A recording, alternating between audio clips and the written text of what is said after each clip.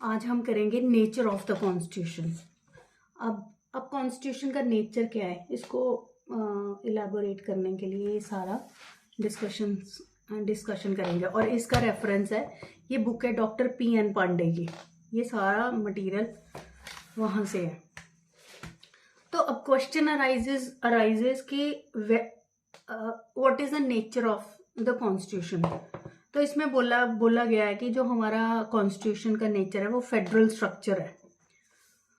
According to traditional classification by political scientists, constitution are either, कहते जो traditional classifications थी by political scientist थी, वो बोल रहे थे, वो बोलते हैं कि जो कॉन्स्टिट्यूशन है वो या तो यूनिटरी होगा या फेडरल होगा। यूनिटरी में होता है कि जो पावर्स है ना सारी वो सेंटर के पास होती हैं with the subordination to the subordination of state government.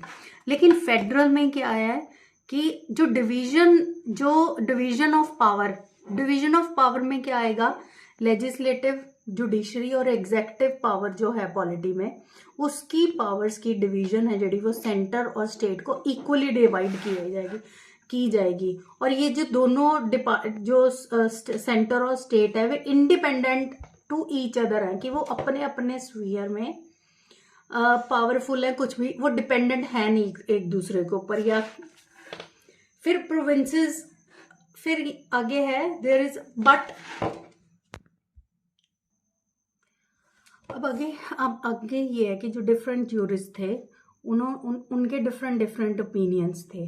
कुछ कहते थे, one view is that it is quasi federal. जो वियर्ड थे उन ज्यूरिस्ट थे, उन्होंने ये बोला कि it is a quasi federal. अब क्वासी फेडरल कॉन्स्टिट्यूशन की नेचर क्या है, it contains more unitary feature than federal. लेकिन किसी और ने बोला it's a federal constitution with novel feature adopting itself to national emergency. इसका मतलब ये है कि वैसे इन जनरल तो ये फेडरल स्ट्रक्चर है कि जो पावर्स है वो स्टेट और सेंटर में डिवाइडेड है, बट जब इमरजेंसी या फिर कुछ ऐसी सिचुएशन हो जाती है तो नेशनल इमरजेंसी में सेंटर ओवर पावर कर लेती है स्टेट को। लेकिन जो फ्रेमर्स ऑफ द जो हमारी कॉन्स्टिट्यूट असेंबली कॉन्स्टिट्यूट हुई थी, उन्होंने क्या बोला, उन्होंने कहा कि ये जो अपना इंडियन कॉन्स्टिट्यूशन है फेडरल कॉन्स्टिट्यूशन है।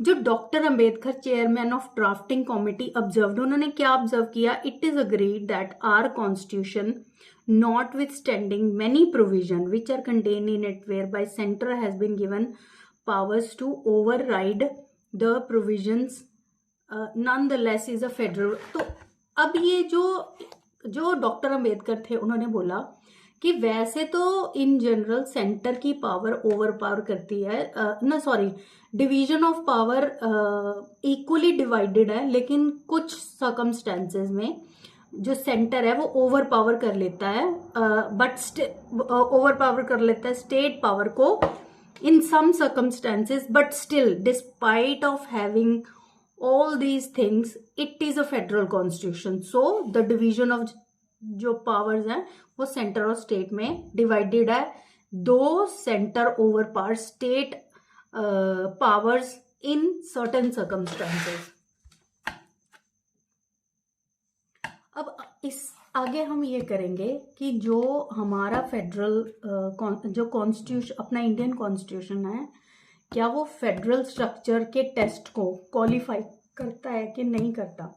उसके लिए हम अब यहाँ पे आगे डिस्कशन करेंगे।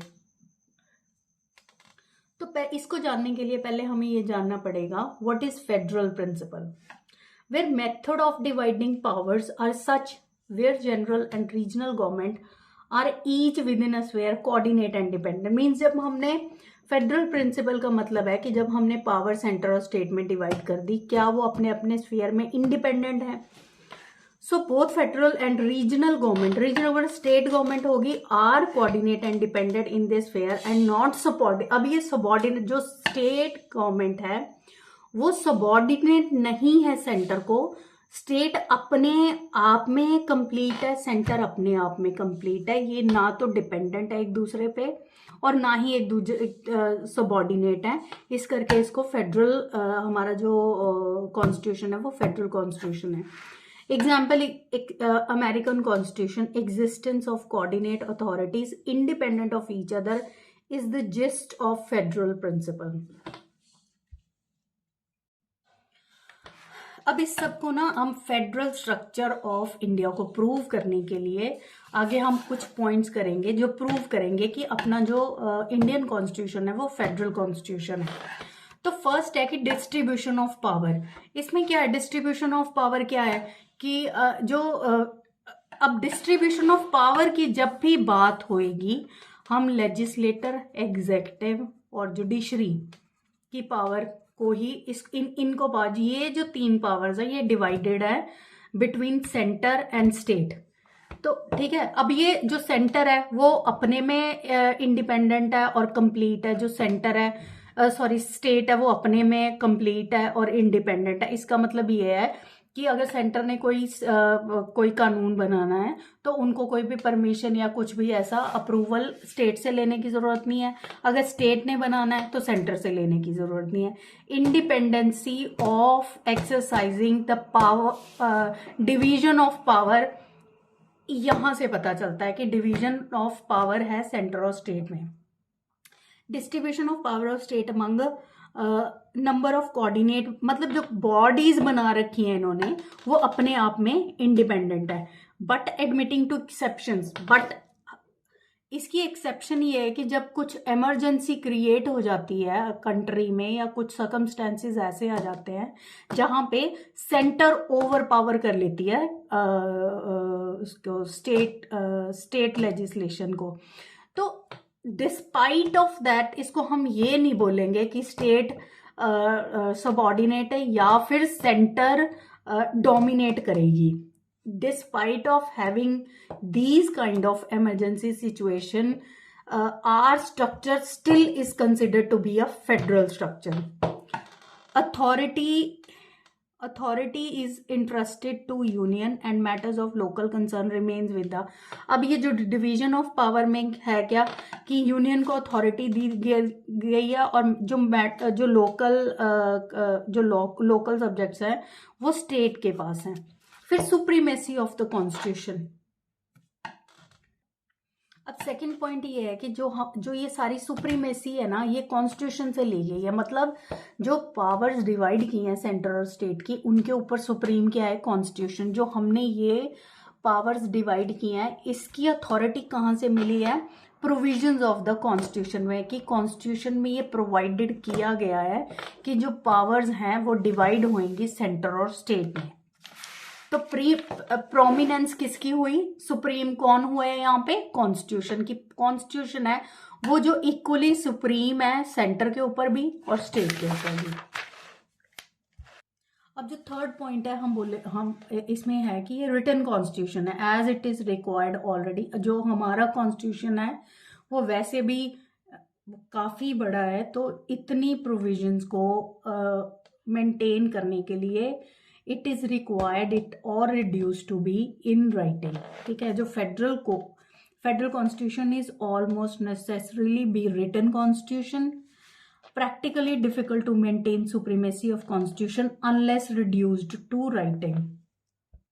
अब जो नेक्स्ट फीचर है फेडरल कॉन्स्टिट्यूशन का वो है रिजिडिटी। अब रिजिडिटी का मतलब ये है कि जो कॉन्स्टिट्यूशन की अमेंडमेंट है ना, जो हमारा कॉन्स्टिट्यूशन है 2 इसमें अमेंडमेंट्स है, लेकिन इसकी प्रोविजंस को अमेंड करने के लिए मतलब हमारा जो प्रोसीजर ऑफ अमेंडमेंट है वो इतना भी इजी है नहीं कि इसको आसानी से अमेंड किया जा सके। Means procedure of amendment is complicated and difficult.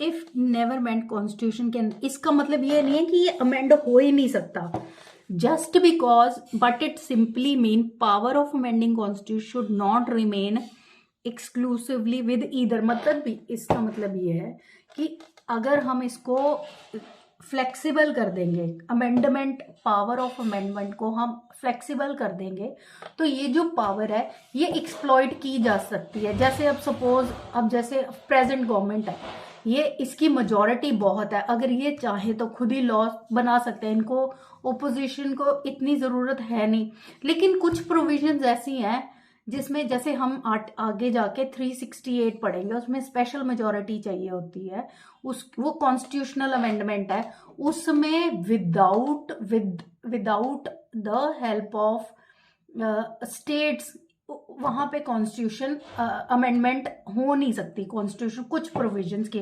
वहाँ पे आपको स्टेट्स की कुछ नंबर ऑफ स्टेट्स की मेजॉरिटी चाहिए होती है, जिसके बाद ही अमेंडमेंट हो सकती है। तो जो ये एक्सेप्शनल प्रोविजंस होती हैं, ये पर्टिकुलर प्रोविजंस अमेंडमेंट की हैं, यही प्रूफ है कि जो हमारा कॉन्स्टिट्यूशन है वो रिजिड है।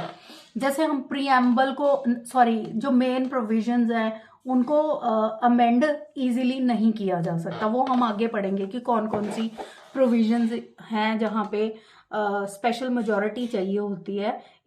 वही एग्जांपल है कि ये रिजिड, ये हमारा जो कॉन्स्टिट्यूशन है वो रिजिड है। अब नेक्स्ट फीचर क्या है फेडरल कॉन्स्टिट्यूशन का, कि अथॉरिटी ऑफ द कोर्ट। अब जो फेडरल स्ट्रक्चर है उसको मेंटेन करने के लिए हमें कोई सुप्रीम पावर भी चाहिए जो इनको कंट्रोल में रख सके। तो उसके लिए हमारे पास प्रोविजन है supreme court, existence of supreme court है। जब इनकी कोई डिस्प्यूट्स होते हैं सेंटर और स्टेट के, या विद इन स्टेट कोई डिस्प्यूट हो जाता है, तो इनकी इंटरप्रिटेशन या इनके डिस्प्यूट्स को सॉल्व करने के लिए हमारे पास सुप्रीम कोर्ट है, जो कॉन्स्टिट्यूशनल प्रोविजंस या कॉन्स्टिट्यूशन को लीगेसी को मेंटेन रखते हैं। As powers are divided between centre and state, so it become essential to maintain its supremacy between two levels of government. This must be done by impartial authority, और वो impartial authority है supreme court, क्योंकि judiciary को independent भी बोलते हैं। इस पे कोई रूल नहीं कर सकता, ये एक इंडिपेंडेंट डिपार्टमेंट है। Judiciary has in a federal polity final power to interpret constitution and guard the entrenched provisions of the constitution. अब जैसे हमने इमरजेंसी प्रोविजंस में पढ़ा कि सेंटर है ओवर पावर कर लेता है स्टेट पावर को, तो वहाँ पे अगर वो जो अपनी पावर्स को ज़्यादा एक्सीड करता है, तो वो डिस्प्यूट रिजॉल्व करने के लिए हमारे पास रिट की अथॉरिटी, कि हम through writ interpretation of the constitution करवा सकते हैं कि सेंटर की क्या लिमिट है और स्टेट की क्या लिमिट है। ऐसी कंडीशन में इनको सुपरवाइज कौन करता है, वो है सुप्रीम कोर्ट। तो कॉन्स्टिट्यूशन में अगर पहले तो फेडरल स्ट्रक्चर में इक्वली डिवाइडेड है power between centre and state, but in case exceed करता है एक दूसरे के ऊपर, तो उसको सुपरवाइज करने के लिए सुप्रीम कोर्ट है हमारे पास। सो ये जो 5 पॉइंट थे ये हमने किए कि essentials of the federal structure की निशानियां क्या है, ये हमने पढ़ा सारा। अब हम करेंगे कि जैसे कुछ स्कॉलर्स थे वो ना हेजिटेट करते थे इंडियन कॉन्स्टिट्यूशन को characterise as a federal constitution करने में। तो वो क्या कहते थे, कुछ कहते थे ये कॉसी है, जो वियर था, सो दे यूज एक्सप्रेशन, जो वियर था वो इसको quasi federal, unitary with federal feature और फेडरल विद यूनिटी फीचर बोलता था। मतलब वो कहता था कि ये फेडरल स्ट्रक्चर नहीं है, ये क्वासी फेडरल है। लेकिन वियर की प्रॉब्लम ये होगी कि उसने कभी भी क्वासी फेडरल की डेफिनेशन इसको कहीं भी डिफाइन नहीं किया गया कि व्हाट इज क्वासी फेडरल और इसके क्या एसेंशियल्स हैं, कैसे पता चलेगा कि ये क्वासी फेडरल है। अब ये जो स्कॉलर्स ये बोलते थे कि ये प्रॉपरली फेडरल स्ट्रक्चर नहीं है, तो उनके क्या तर्क थे कि वो क्यों बोलते थे, किस वजह से बोलते थे कि इसको हम प्योरली फेडरल स्ट्रक्चर नहीं बोलते। तो let us discuss the features of constitution which are in support of it being a quasi federal unit. First of all इन्होंने बोला कि ये अपॉइंटमेंट ऑफ जो गवर्नर थी, बेशक ये स्टेट बॉडी है, लेकिन इसकी जो अपॉइंटमेंट है ना वो प्रेसिडेंट ही करता था। बाय जो गवर्नर है appointed by president under article 155 and governor is answerable to president. There are some provisions in constitution which government is required to send certain laws for assent of president. कुछ bills ऐसे हैं जहाँ पे उसको कानून बनाने के लिए उसकी जो असेंट है वो हमेशा प्रेसिडेंट ही देगा। लेकिन बाद में इसको जस्टिफाई ऐसे किया गया कि चाहे कुछ कानून ऐसे हैं जिसकी मेकिंग तो स्टेट लेवल पे होएगी लेकिन उसकी अप्रूवल प्रेसिडेंट देगा, लेकिन वहाँ पे भी एक्सेप्शन है कि प्रेसिडेंट को हमेशा सुप्रीम कोर्ट की ओपिनियन लेनी पड़ती है तभी वो अप्रूव कर सकता है। तो इसको जस्टिफाई जो फेडरल स्ट्रक्चर के फेवर में बोलते थे उन्होंने ये बोला कि चाहे ये तर्क दिया जाता है कि स्टेट बिल्स को प्रेसिडेंट अप्रूव करता है, बट स्टिल क्योंकि सुप्रीम कोर्ट है जो उसकी ओपिनियन के बिना नहीं कर सकता, तो यहाँ पे हम ये नहीं बोल सकते कि ये क्वासी फेडरल है। अब सेकंड पॉइंट है parliament power to legislate in national interest. General rule क्या है कि जो स्टेट सब्जेक्ट्स हैं उनके ऊपर state has the power to make any law in regard to the subjects mentioned in the state list. But ये एक एक्सेप्शन है जहाँ पे पार्लियामेंट को पावर है। अब ये कौन सी पावर है? 249 की 249 आर्टिकल 249 में वैसे तो स्टेट सब्जेक्ट है पर कई बार सर्कमस्टेंसेस ऐसे आ जाते हैं कि नेशनल इंटरेस्ट में सेंटर को पावर दी जाती है कि आप लेजिस्लेट कर सको। तो उसकी रिक्वायरमेंट की क्या है? उसमें Rajya Sabha passes a resolution bye 2/3 majority. यहाँ पे स्टेट्स हैं, कुछ स्टेट्स मिलके ये रेजोल्यूशन पास करते हैं राज्यसभा में विद 2/3 मेजॉरिटी, जहाँ पे ये रिक्वेस्ट करते हैं सेंटर को कि स्टेट सब्जेक्ट के ऊपर इन नेशनल इंटरेस्ट आप कानून बना दो। तो यहाँ पे जो अब जो हम इंडिपेंडेंसी पढ़ रहे थे कि सेंटर स्टेट की अपनी इंडिपेंडेंट अथॉरिटी है कि वो अपने सब्जेक्ट्स पे लॉ बना सकती है, ये एक्सेप्शन यहाँ पे आ गई कि यहाँ पे अब सेंटर बनाएगी, लेकिन ये नेशनल इंटरेस्ट में बनाएगी with the fulfilment of this requirement only, not in general. अब ये जो सेंटर की पावर है कि वो स्टेट सब्जेक्ट्स के ऊपर कानून बनाएगी, वो किस कंडीशन में बनाएगी, क्या क्या कंडीशंस हैं, जहाँ पे कौन कौन से एक्सेप्शनल सर्कमस्टांसेस हैं जहाँ पे ऐसी हालात आ जाते हैं। तो एक तो है नेशनल इंटरेस्ट में कोई मुद्दा ऐसा हो जाता है कि नेशनल इंटरेस्ट में सेंटर को ओवर पावर करना पड़ता है स्टेट लेजिस्लेशन के ऊपर, तो उसमें ये कानून बनाएगी। नॉर्मल सर्कमस्टेंसेस में नहीं बनाएगी, only when 2/3 majority of Rajya Sabha passes a resolution in normal cases. अब जब 249 में जब तक ये 2/3 मेजॉरिटी की और स्टेट जो है वो पास ना कर दे रेजोल्यूशन इन राज्यसभा, तब तक इन नॉर्मल सर्कमस्टेंसेस जब तक कॉन्स्टिट्यूशन अमेंड नहीं होता तब तक सेंटर स्टेट के सब्जेक्ट्स के ऊपर कानून लॉ मेकिंग नहीं बना सकती। दो here we can see centre dominates but still that can be done only when majority of states agrees to do this. तो ये जो रेजोल्यूशन पास हुआ था ये कुछ स्टेट्स जब तक अग्री नहीं करती विद द 2/3 मेजॉरिटी तब तक सेंटर एक्सरसाइज नहीं कर सकता वो पावर को। अब थर्ड पॉइंट है parliament to form new states, alter boundaries of existing states. अब जो स्टेट्स की बाउंड्रीज वगैरह है, अगर स्टेट्स फॉर्म करनी है, नई बनानी है, या फिर जैसे अब स्टेट्स कैसे बनती है, या तो फॉर्मेशन होती है या जैसे हमारी कोई टेरिटरी उस स्टेट में इंक्लूड हो जाती है तो उसकी जो ऑल्टरेशन कॉन्स्टिट्यूशन में कि टेरिटरी कितनी कम हुई कितनी ज़्यादा, जो सारी उसके रिकॉर्ड्स हैं उसकी सारी अथॉरिटी किसके पास है? वो सेंटर के पास है। दो it is a matter related to the state but still center has the power to make legislation or alter the law in regard to that।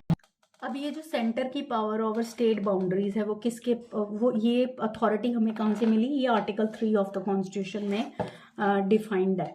This power to parliament can readjust alter the boundaries of a state, so very existence of state thus depends upon some time on of union government। Power conferred on parliament to make territorial adjustment is better explained in history। अब क्या होता था historically, जो पहले हमारे invasions India में इतनी हुई कि जो हमारी टेरिटरीज थी ना वो सारा हिलती रहती थी, कभी कम होगी कभी ज़्यादा होगी। तो फ्रेमर्स जो पेक्यूलियर कंडीशंस थी वो framers of the constitution they were well aware of all these circumstances, फिर reasons of its states were formed and their boundaries were defined, so they deliberately accepted this. तो इसीलिए इन्होंने इतनी important power कहाँ पे रखी, सेंटर के पास। Article 3 with the view to maintain the possibility of redistribution of state territory after integration of Indian.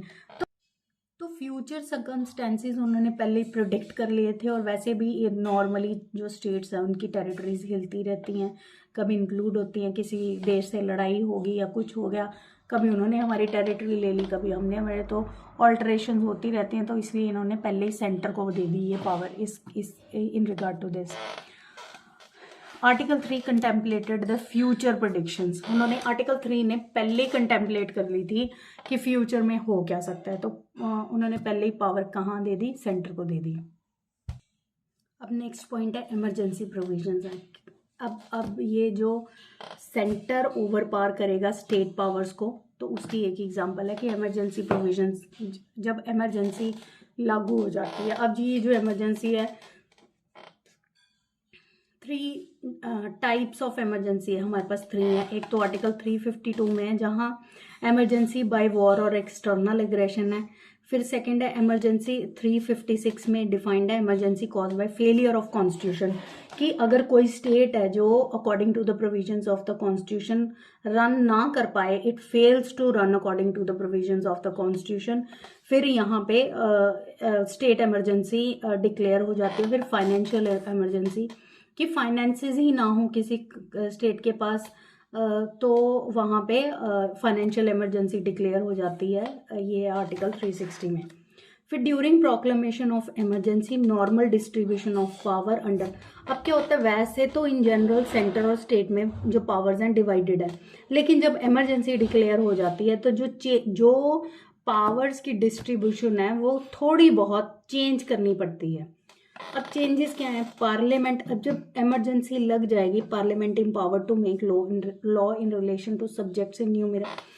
अब होता क्या क्या चेंजेस है, जब स्टेट सब्जेक्ट्स हैं उनके ऊपर सेंटर कानून बनाना शुरू कर देती है। आर्टिकल 256 में एक एग्जांपल है, centre empower to give directions to any state as state exercise its power. जो स्टेट एक्सरसाइज पावर करती है वो सेंटर अब इम्पावर हो गई है, जो स्टेट करेगी, जो स्टेट डायरेक्शंस दे सकती है, अब वो डायरेक्शंस की पावर कहाँ चली जाती है, वो सेंटर के पास चली जाती है। फिर 268 और 279 में प्रेसिडेंट में बाय ऑर्डर डायरेक्ट ऑल और any of the provisions of article relating. अब जी ये जो distribution of power between centre और स्टेट है, shall take effect with such effect with. अब ये जो सेंटर और स्टेट के जो पावर्स डिवाइड की जाती हैं सेंटर और स्टेट की, स्टेट के बीच में, वो प्रेसिडेंट ऑर्डर करता है विद सम मॉडिफिकेशन। अब वो कैसे डिवाइड होंगी। 356 में कॉन्स्टिट्यूशनल फेलियर इन स्टेट।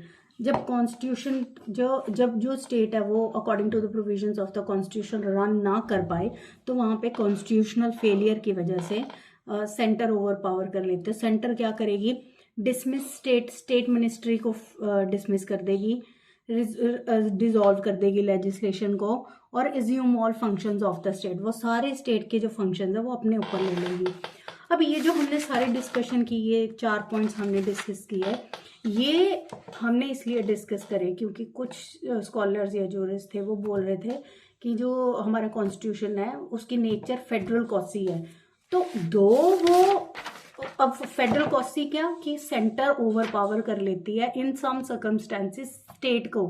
वो हमारी प्रोविजंस ऑफ द कॉन्स्टिट्यूशन में भी आती हैं ऐसी situation, but still despite of having the centre overpowering the state power, still it is consider to be a federal structure. तो हमने अब ये जो सारे पॉइंट्स 4 डिस्कस किए, वहाँ पे हमने सारा डिस्कस किया कि चाहे वो सेंटर ओवर पावर कर रही है, पर वो कुछ सर्कमस्टेंसेस में ये क्वालिफाइंग पावर्स है कि कुछ क्वालिफाई करेगी तभी वो सेंटर ओवर पावर कर लेगी। अब ये सारा पीछे पढ़ के क्वेश्चन ये अराइज होता है कि does this modify federal character of the Indian constitution, कि ये जो सेंटर ओवर पावर कर लेती है, क्या ये फेडरल स्ट्रक्चर को मॉडिफाई करेगा कि हम इसको बोलेंगे कि ये प्योरली फेडरल है नहीं? तो इसका आंसर है no, rather a merit of constitution. इसको हम ऐसे नहीं बोलेंगे कि ये फेडरल स्ट्रक्चर को क्वालिफाई नहीं करता, rather it is set to be कि हमारे कॉन्स्टिट्यूशन की प्रोविजंस में ऐसे प्रोविजंस हैं जहाँ पे सेंटर ओवर पावर कर लेता है स्टेट पावर्स को। तो ये हमारे पास हमारे कॉन्स्टिट्यूशन में एक एक्स्ट्रा हमारे पास एक क्या बोलेंगे कि हमारे पास एक्स्ट्रा बेनिफिट है कि हम कुछ जो इमरजेंसी सिचुएशंस हैं उसको हैंडल करने के लिए हम अपने कॉन्स्टिट्यूशन को मॉडिफाई या फिर ऑल्टर थोड़ा बहुत कर लेते हैं, but स्टेबलिंग the power with the center and the state despite of that. So no, rather a merit of constitution that it visualizes the contingencies when strict application of federal principle might destroy the basic assumption on which our constitution is built. Though center is being assigned a larger role than the state, but that by itself not distract from the federal nature of the constitution. Our structure of federalism seems to be fit according to the practical perspective. Theoretically कैसा भी हो, लेकिन जो practical circumstances है उसके लिए हमारा constitution appropriate है. So it is proved.